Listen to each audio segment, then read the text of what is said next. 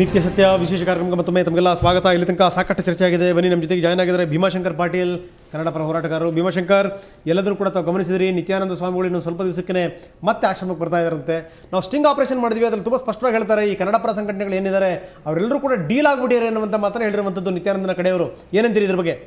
Sir, ಇನ್ನೊಂದು ಏನು ವಿಚಾರ ಅಂತಂದರೆ, ಕರ್ನಾಟಕ ನವನಿರ್ಮಾಣ ಸೇನೆ ನಿತ್ಯಾನಂದನ ವಿಚಾರದಲ್ಲಿ ಹೋರಾಟ ಮಾಡಿದಂಥ ಸಂದರ್ಭದಿಂದ ಕೊನೆಯವರೆಗೂ ಯಾರ ಹತ್ರನೂ ಒಂದು ಕಪ್ ಟೀ ಕುಡಿಲಾರ್ದೆ ನವನಿರ್ಮಾಣ ಸೇನೆ ಕಾರ್ಯಕರ್ತರು ಹೋರಾಟ ಮಾಡಿದ್ದೀವಿ.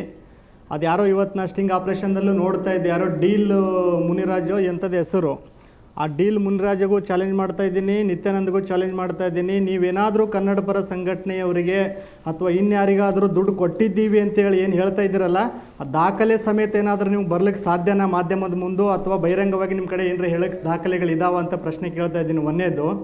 ಎರಡನೇ ವಿಚಾರ ಏನಂತಂದರೆ, ಇವತ್ತು ನನಗೂ ಸಹ ನಮ್ಮ ಶ್ರೀಗಳಿಗೆ ನಾನು ಗಮನಕ್ಕೆ ತಂದಿದ್ದೆ. ಅವಾಗ ಯಾವುದೋ ಒಂದು ಹಿಂದೂ ಪರ ಸಂಘಟನೆಯ ಬೆಳಗಾವಿ ಮೂಲದ ಒಬ್ಬ ನಾಯಕ ನನಗೂ ಫೋನ್ ಮಾಡಿ ಹೇಳ್ತಾನೆ, ಭೀಮಾಶಂಕರ್ ಪಾಟೀಲ್ರೇ, ನಿಮ್ಮ ಸ್ವಾಮೀಜಿಗೂ ನಿಮಗೂ ಪರ್ಸನಲಾಗಿ ಮಾತಾಡಬೇಕು, ನೀವು ಬಂದರೆ ನಿಮ್ಮ ಜೊತೆ ಕೂತ್ಕೊಂಡು ಚರ್ಚೆ ಮಾಡ್ತೀವಿ, ಅದೇನಿದ್ರು ಸೆಟ್ಲ್ ಮಾಡ್ತೀವಿ ಅಂತಂದರು. ಆ ಸಂದರ್ಭದಲ್ಲಿ ಒಂದು ಮಾತನ್ನು ಹೇಳಿದೆ ನಾನು, ಸೆಟ್ಲ್ ಮಾಡಿಕೊಂಡು ಹೋರಾಟ ಮಾಡುವಂಥ ಹೋರಾಟಗಾರ ನಾನಲ್ಲ, ಮತ್ತು ನವನಿರ್ಮಾಣ ಸೇನೆ ಇಲ್ಲ. ನವನಿರ್ಮಾಣ ಸೇನೆಗೆ ಅದರದೇ ಆದಂಥ ಒಂದು ಸಿದ್ಧಾಂತ ಇದೆ, ಆ ಸಿದ್ಧಾಂತ ಅಡಿಯಲ್ಲಿ ಹೋರಾಟ ಮಾಡಿದ್ದೀವಿ ಅಂತ ಹೇಳಿದ್ದೀವಿ. ಇನ್ನೂ ಕೂಡ ಮುಂದೂ ಕೂಡ ಹಾಗಾದ್ರೆ ಹೋರಾಟ ಮುಂದುವರಿಸ್ತೀರಿ ನಾವು. ಒಂದು ವಿಚಾರ ಸರ್, ಏನಂತಂದ್ರೆ, ಅವರಿಗೆ ಬಹುಶಃ ನನಗನ್ನಿಸಿದ ಮಟ್ಟಿಗೆ ದುಡ್ಡು ತಗೊಂಡು ಕೋಮುಗಲಭೆ ಸೃಷ್ಟಿ ಮಾಡಿಸುವಂಥ ನಾಯಕರುಗಳಿಗೆ ದುಡ್ಡು ಕೊಟ್ಟು ಸಾಕೊಂಡಿದ್ದಾರೆ. ಈಗ ಅವ್ರು ಯಾರಂತ ಈ ಸಂದರ್ಭದಲ್ಲಿ ಹೆಸರು ಹೇಳೋದು ಬೇಕಾಗಿಲ್ಲ. ಓಕೆ, ಅವ್ರು ಮಾಡಿದ್ದಾರೆ. ಅದನ್ನು ನಮ್ಮ ಮೇಲೆ ಮಾಡಕ್ಕೆ ಬಂದರೆ ಇವಾಗ ಕೊಟ್ಟಂಥ ಉತ್ತರ ಇದೆಯಲ್ಲ, ಅದಕ್ಕಿಂತ 100 ಪಟ್ಟು ಉತ್ತರ ಕರ್ನಾಟಕ ನವನಿರ್ಮಾಣ ಸೇನೆ ಕೊಡ್ತೀವಿ. ಇನ್ನೊಂದು ವಿಚಾರ ಏನು ಸ್ಪಷ್ಟವಾಗಿ ನಿತ್ಯಾನಂದನ ಭಕ್ತರಿಗೆ ನಿತ್ಯಾನಂದನಿಗೆ ಹೇಳಕ್ಕೆ ಬಯಸ್ತಾ ಇದ್ದೀನಿ, ಬಿಡದಿ ಆಶ್ರಮನೂ ಖಾಲಿ ಮಾಡಿಸಿದ್ದೀವಿ, ಮಧುರೆಯಿಂದಲೂ ಹೊರಗೊಡಿಸಿದ್ದೀವಿ. ಮಧುರೆಯಲ್ಲೂ ಸಹ ಇವತ್ತು ಕರ್ನಾಟಕ ನವನಿರ್ಮಾಣ ಸೇನೆಯಲ್ಲಿ ಬರೀ ನವನಿರ್ಮಾಣ ಸೇನೆಗೆ ಕೆಲಸ ಮಾಡ್ತಾ ಇದೆ. ಯಾವತ್ತು ನಾನು ನವನಿರ್ಮಾಣ ಸೇನೆ ಮಧುರೆ ತಮಿಳುನಾಡಿನ ಶಾಖೆಯ ಪದಾಧಿಕಾರಿಗಳು ಇನ್ಮೇಲೆ ದಾಳಿ ಮಾಡ್ತಾರೆ ಗೊತ್ತಿಲ್ಲ. ಏನು ತಿರುವಣ್ಣಾಮಲೆಯಲ್ಲಿ ಇದೆಯಲ್ಲ, ಅಲ್ಲಿಂದೂ ಸಹ ನಿನ್ನನ್ನು ಖಾಲಿ ಮಾಡಿಸ್ಲಿಕ್ಕೆ ನಾವು ಸಿದ್ಧತೆ ಮಾಡ್ಕೊಂಡಿದ್ದೀವಿ. ನೀನು ಎಂಥದೇ ಕೇಸ್ ಹಾಕು, ಎಂಥದೇ ರೌಡಿಗಳನ್ನು ಬಿಡು, ಎಂಥವ್ರ ಕಡೆಯಿಂದ ಅಟ್ಯಾಕ್ ಮಾಡಿಸು, ಕರ್ನಾಟಕ ನವನಿರ್ಮಾಣ ಸೇನೆ ಕಾರ್ಯಕರ್ತರು ನಿನಗೆ ಉತ್ತರ ಕೊಡ್ಲಿಕ್ಕೆ ನಾವು ಸದಾ ಸಿದ್ಧರಿದ್ದೀವಿ. ಮತ್ತೆ ಬಿಡದಿಗೆ ಯಾವುದೇ ಕಾರಣಕ್ಕೂ ಕಾಲಿಡ್ಲಿಕ್ಕೆ ಬಿಡಲ್ಲ.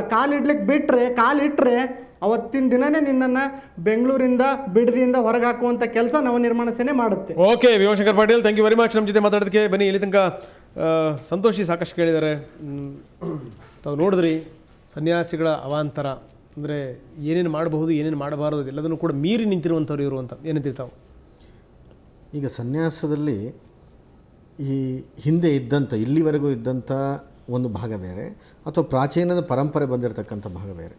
ಲೈಂಗಿಕತೆಯನ್ನು ಒಂದು ಶಾಸ್ತ್ರೀಯವಾಗಿ ಕಂಡಿರ್ತಕ್ಕಂಥದ್ದು ನಮ್ಮಲ್ಲಿದ್ದಾರೆ, ಋಷಿಗಳಿದ್ದಂಥದ್ದು. ಎಲ್ಲೂ ಸಹ ಅಪಚಾರವನ್ನಾಗಿ ಮಾಡಿರ್ತಕ್ಕಂಥದ್ದು ಎಲ್ಲೂ ಕಾಣೋದಿಲ್ಲ. ಈಗ ಭೃಗು ಮಹರ್ಷಿಗೆ 3 ಜನ ಪತ್ನಿಯರಿದ್ದಂಥದ್ದಿದೆ. ಹಾಗೆ ಈ ನಿಯೋಗ ಪದ್ಧತಿಯು ನಡೆದಂಥದ್ದಿದೆ. ಈ ವ್ಯಾಸರು ಸಮೇತ ನಿಯೋಗ ಪದ್ಧತಿ ನಡೆಸಿದ್ರು ಅನ್ನೋದಕ್ಕೆ ಮಹಾಭಾರತ ಸಮೇತ ಪುಷ್ಟಿಯನ್ನು ಕೊಡುತ್ತೆ.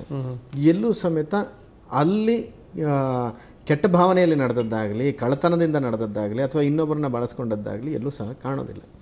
ಇದಲ್ಲದೆ ನೀವು ಈಗಾಗಲೇ ಸೆಕ್ಸಿನ ಬಗ್ಗೆ, ತಾಂತ್ರಿಕ ಸೆಕ್ಸು ಅದು ಇದು ಅನ್ನೋದನ್ನು ಮಾತಾಡಿದ್ದನ್ನು ನಾನು ಕೇಳಿದೆ. ಹೌದು, ಇಲ್ಲಿ ಕಾಮಸೂತ್ರದ ಬಗ್ಗೆ ನೀವೊಂದು ಕ್ಲಿಪ್ಪಿಂಗ್ ಸಹ ಹಾಕಿದ್ರಿ. ಕಳಸರ್ತಿಯು ನಾವು ಬಂದಾಗ ಅದನ್ನು ನೋಡಿದ್ವಿ.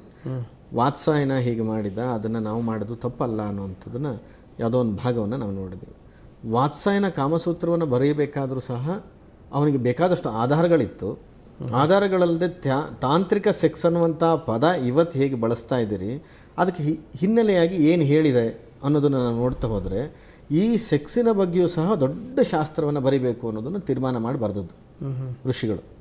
ಯಾಕೆ ಇದನ್ನು ಬರೆದ್ರು ಅಂದರೆ, ಈ ಲೌಕಿಕ ಜಗತ್ತಿನಲ್ಲಿ ಒಂದು ಸಂತೋಷದ ಪರಾಕಾಷ್ಠೆ ಅಂತಂದರೆ, ಮೇಡಮ್ ಆಗಲೇ ಹೇಳಿದ್ರು, ಈ ಸಂಭೋಗದ ಸಂದರ್ಭದಲ್ಲಿ, ಆ ಸ್ಖಲನವಾಗ್ತಕ್ಕಂಥ ಸಂದರ್ಭದಲ್ಲಿ, ಅಥವಾ ಆ ರತಿಕ್ರೀಡೆಯ ಸಂದರ್ಭದಲ್ಲಿ ಸಿಗ್ತಕ್ಕಂಥ ಸಂತೋಷದ ಪರಾಕಾಷ್ಠೆ ಇನ್ನೊಂದಕ್ಕೆ ಹೋಲಿಸ್ಲಿಕ್ಕಾಗೋಲ್ಲ. ಒಂದು ಇನ್ನೊಂದು ದುಃಖದ ಪರಾಕಾಷ್ಠೆಯನ್ನು ಯಾವುದಕ್ಕೆ ಇನ್ನೊಂದಕ್ಕೆ ನಾವು ಟ್ಯಾಲಿ ಮಾಡಲಿಕ್ಕೆ ಸಾಧ್ಯ ಇಲ್ಲ ಅಂದರೆ, ಯಾರು ಅವರ ಮಕ್ಕಳನ್ನು ಕಳ್ಕೊಳ್ತಾರೋ ಆ ಸಂದರ್ಭದ ದುಃಖ ಇದೆಯಲ್ಲ, ಅದು ಇನ್ನೊಂದು ದುಃಖಕ್ಕೆ ಸರಿಸಮಾನವೇ ಅಲ್ಲ. ಅಂದರೆ ಪುತ್ರ ಶೋಕ ಅನ್ನುವಂಥದ್ದು ಇದೆಯಲ್ಲ, ಅದು ನಿರಂತರ, ಅದು ಯಾವತ್ತಿಗೂ ಅದನ್ನು ತಣಿಸ್ಲಿಕ್ಕೆ ಸಾಧ್ಯ ಇಲ್ಲ. ಅದೇ ರೀತಿಯಾಗಿ ಪುತ್ರನ ಕಳ್ಕೊಂಡಿದ್ದೀಗ ಅವರು ಅಳ್ತಾ ಇರತಕ್ಕಂಥದ್ದು ನಾವು ನೋಡಿ. ನಿಜ ನಾನು ಅವ್ರಿಗೆ ಕೇಳ್ತಾ ಇದ್ದೀನಿ. ಸರ್, ತಮ್ಮ ಮಗ ಕೂಡ ಆತನಲ್ಲಿರುವಂಥವ್ರು, ಏನಂತೀರಿ ತಮ್ಮ ಮಗನ ಸ್ಥಿತಿಯ ಬಗ್ಗೆ? ಭಾಳ ಅನ್ಯಾಯ ಆಗಿಬಿಟ್ಟಿದೆ. ಅವನು ತನ್ನ ತನು ಮನ ಧನ ಎಲ್ಲ ಆಶ್ರಮಕ್ಕೋಸ್ಕರ ಡಿವೋಟ್ ಮಾಡಿ ಹೊರ ದೇಶದಲ್ಲಿ ಅವನು ಎಲ್ಲ ಅವ್ರಿಗೋಸ್ಕರ ತ್ಯಾಗ ಮಾಡ್ದ, ಕೆಲಸ ಬಿಟ್ಟ, ಸನ್ಯಾಸಿಯಾದ, ನಮ್ಮನ್ನು ಬಿಟ್ಬಿಟ್ಟಿದ್ದ ಆಲ್ಮೋಸ್ಟು. ಹೀಗಾಗಿ ಇಲ್ಲಿ ಅವರಿಗೋಸ್ಕರ ಇಲ್ಲಿ ಭಾಳ ಆಶ್ಚರ್ಯ ಆಗ್ತಿರೋದು, ನಾನು ಆಗಲೇ ಚರ್ಚೆ ಸಂದರ್ಭದಲ್ಲಿ ಹೇಳ್ತಾ ಇದ್ದೆ, ವಿನಯ್ ಭಾರದ್ವಾಜ್ ದಡ್ಡ ಅಲ್ಲ, ತುಂಬ ಒಳ್ಳೆ ಓದಿರುವಂಥ ಹುಡುಗ, IIT ಪದವೀಧರ. ನೀವು ಕೂಡ ತಂದೆ ತಾಯಿಗಳು ಅವ್ರನ್ನ ತುಂಬ ಆಸ್ತಿಯಿಂದ ಬೆಳೆಸಿದಿರಿ, ತಾವು ತುಂಬ ಓದಿಸಿದಿರಿ, ಬರೆಸಿದಿರಿ. ಯಾಕೆ ಈ ರೀತಿ ಆದರು ಅಂತ? ಇದು ಒಂದು ನಮ್ಮ ಹಿಂದೂ ಕಲ್ಚರು ಅದು ಇದ್ದೇ ಇರುತ್ತೆ ಮನಸ್ಸಿನಲ್ಲಿ. ಇನ್ನೊಂದು ಹೇಳೋದಾದರೆ ಒಂಟಿತನ. ಆ ಒಂದು ಅಷ್ಟೊಂದು ಓದ್ಕೊಂಡು ಅವರು ನಮ್ಮನ್ನೆಲ್ಲ ಬಿಟ್ಟು ಹೌದು ಬಾಂಬೆ IITಗೆ ಸೇರಿದಾಗಲೇ ತುಂಬ ಪರದಾಡ್ತಾ ಇದ್ದ ಅವನು. ಸೇರಬೇಕು ಅಂತ ಆಸೆ ಇಟ್ಕೊಂಡು ಸೇರಿಬಿಟ್ಟ. ಅಲ್ಲಿ ತುಂಬ ಒದ್ದಾಡಿದ್ದಾನೆ, ಅದು ನಮಗೆ ಗೊತ್ತು. ಏನೇನೋ ಡೈರಿ ಬರಿತಾ ಇದ್ದ, ಎಲ್ಲ ಸಿಕ್ತು ನಮಗೆ. ಅದನ್ನೆಲ್ಲ ನೋಡಿದ್ರೆ ಅವನ ಮನಸ್ಸಿಗೆ ಎಷ್ಟು ಹಚ್ಕೊಂಡ ಅಂತ. ಫೈನಲ್ ಇಯರಿಗೆ ಬಂದಾಗ ಸ್ವಲ್ಪ ಅವನಿಗೆ ಧೈರ್ಯ ಬಂತು. ಸೊ IIT ಯಾರೂ ಇಲ್ಲಿ ಇರೋದಿಲ್ಲ. ಆ ಕಾಲದಲ್ಲಿ ಎಲ್ಲ ಬ್ರೈನ್ ಅಂತ ಏನು ಹೇಳ್ತೀವಿ, ಎಲ್ಲ ಹೊರಟೋಗ್ತಾ ಇದ್ದ. ಅಮೇರಿಕಾಗೆ ಹೊರಟೋದ, ಸ್ಕಾಲರ್ಶಿಪ್ ಸಿಕ್ತು, ರ್ಯಾಂಕ್ ಸ್ಟೂಡೆಂಟ್ ಆಗಿದ್ದ ಅವನು. ಹೀಗಾಗಿ ಅವನಿಗೆ ಅಲ್ಲಿ ರೈಸ್ ಯೂನಿವರ್ಸಿಟಿ ಅಂತ ಹ್ಯೂಸ್ಟನ್, ಅಲ್ಲಿ ಸಿಕ್ತು ಅವನಿಗೆ, ಸ್ಕಾಲರ್ಶಿಪ್ ಕೊಟ್ಟರು. ಎಲ್ಲ ಚೆನ್ನಾಗಿ MS ಮಾಡಿಕೊಂಡ. ಆಮೇಲೆ ಅವನು ಮೈಕ್ರೋಸಾಫ್ಟ್ಗೆ ಅಪ್ಲೈ ಮಾಡ್ದ. ಅಲ್ಲಿಗೆ ಭಾಳ ಟಫ್ ಇಂಟರ್ವ್ಯೂ ಎಲ್ಲ ಪಾಸಾಗಿ ಅದರಲ್ಲೂ ಕೂಡ ಅವನು ಕೆಲಸ ತೊಗೊಂಡು ಸಿಯಾಟಲ್ ಹೆಡ್ ಕ್ವಾರ್ಟರ್ಸು ನಮ್ಮ ಬಿಲ್ ಗೇಟ್ಸ್ ಅಲ್ಲಿ ಸೇರಿದ. ಇದಕ್ಕಿದ್ದಾಗೆ ಹೇಗೆ ಕಾಂಟ್ಯಾಕ್ಟ್ ಬಂತೋ ಅದು ಒಂದು ಸ್ಪೀಚ್ ಇವರ ಒಂದು ಕೇಳಕ್ಕೆ ಹೋದ ಅವನು. ಯಾರೋ ಫ್ರೆಂಡ್ಸ್ಗಳು ಎಲ್ಲ ಸಾಫ್ಟ್ವೇರ್ ಇಂಜಿನಿಯರ್ಸ್, ಎಲ್ಲ ದೊಡ್ಡ ದೊಡ್ಡ ವಿದ್ಯಾವಂತರೇ ಅಲ್ಲಿ ಅವರು ಶಿಷ್ಯ. ಇವಾಗ ನೋಡಿ ಈಗ ಮಾಡಲಾರದ ತಪ್ಪಿಗೆ ಅವರೀಗ ಜೈಲಲ್ಲಿ ಕುಳಿತಾ ಇದ್ದಾರೆ ಅಮೆರಿಕದಲ್ಲಿ. ಭಾಳ ದೊಡ್ಡ ನ್ಯಾಯ ಇದೆ. ನಾವು ಕಣ್ಣೀರಲ್ಲ, ಈಗ ರಕ್ತದಲ್ಲಿ ತೊಳ್ಕೊತಾ ಇದ್ದೀವಿ. ನಾನಿಲ್ಲಿ ಸಿಗಾಕೊಂಡಿದ್ದೀನಿ ಒಬ್ಬಂಟಿಗನಾಗಿ. ಅವಳು ಅಲ್ಲಿ ಪರದೇಶದಲ್ಲಿ USA ಪರದಾಡ್ತಾ ಇದ್ದಾಳೆ. ಯಾರೋ ಆಪತ್ ಬಾಂಧವರು ನಮಗೆ ಸ್ವಲ್ಪ ಸಹಾಯ ಮಾಡ್ತಾ ಇದ್ದಾರೆ. ಹೀಗಾಗಿ ನಮ್ಮ ಒಬ್ಬನೇ ಮಗನ ನಾವು ಕಳ್ಕೊಂಡು ಭಾಳ ತೊಳಲಾಡ್ತಾ ಇದ್ದೀವಿ. ಏನು ಮಾಡೋದು ಅಂತ ಪಾಪ ನಮ್ಮ ಪಕ್ಕದಲ್ಲೇ ಕೂತಿದ್ದಾರೆ. ಅವರು ಕೂಡ ಎಲ್ಲ ಎಷ್ಟು ನೊಂದಿದ್ದಾರೆ ಅನ್ನೋದು ನಮ್ಗೆ ಗೊತ್ತಾಗ್ತಾ ಇದೆ. ಆರ್ತಿ ರಾವ್ ಇದ್ದಾರೆ, ಎಲ್ಲರೂ ಕೂಡ. ಹೀಗಾಗಿ ಅನ್ಯಾಯ ಆಗಿಬಿಟ್ಟಿದೆ.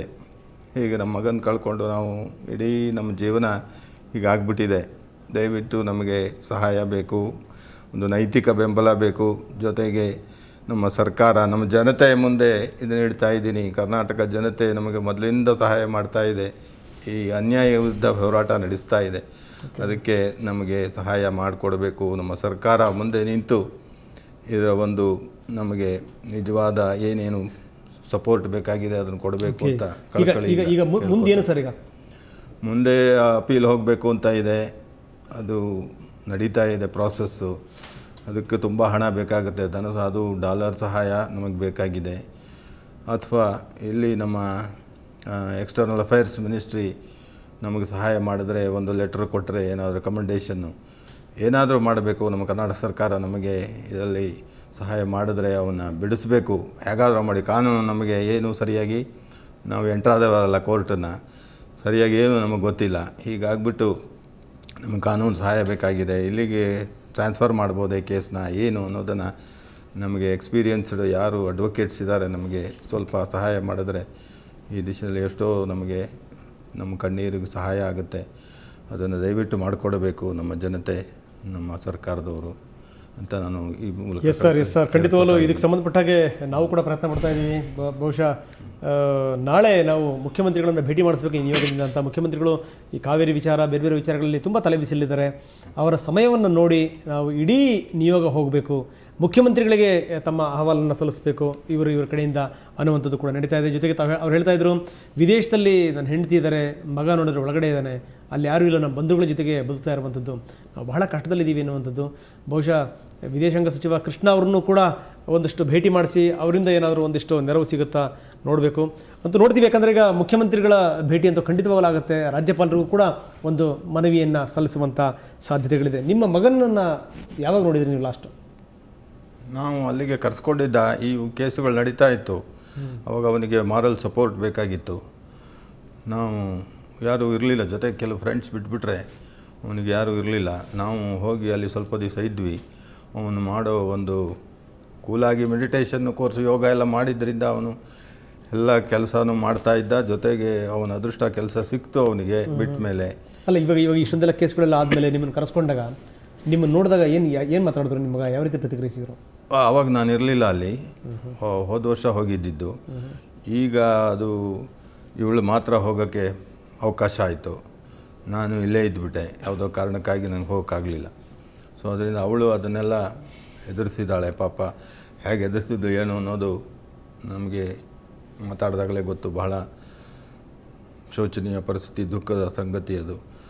ಅದನ್ನು ಎದುರಿಸೋದೇ ಕಷ್ಟ ಆಗಿದೆ. ಒಬ್ಬಳೇ ನಿಂತ್ಕೊಂಡು ಸ್ವಲ್ಪ ಸಹಾಯದಿಂದ ಅವಳು ಬಂಧುಗಳು ಯಾರೋ ಕೆಲವರು ಆಪದ್ ಬಾಂಧವರ ಥರ ನಮಗೆ ಮಾಡ್ತಾ ಇದ್ದಾರೆ.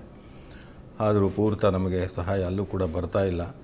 ಈಗ ಅಪೀಲ್ ಹೋಗಬೇಕಾದ್ರೆ ಹೆಚ್ಚು ನಮಗೆ ಧನ ಸಹಾಯ ಬೇಕಾಗುತ್ತೆ. ಇದನ್ನೆಲ್ಲ ಈ ಮೂಲಕ ನಾವು ಭಿನ್ನ ಮಾಡ್ಕೋತಾ ಇದ್ದೀವಿ, ವಿನಂತಿ ಮಾಡ್ಕೋತಾ ಇದ್ದೀವಿ. ಸೊ ಸಣ್ಣ ವಿರಾಮ ತಗೊಳ್ಳೋಣ.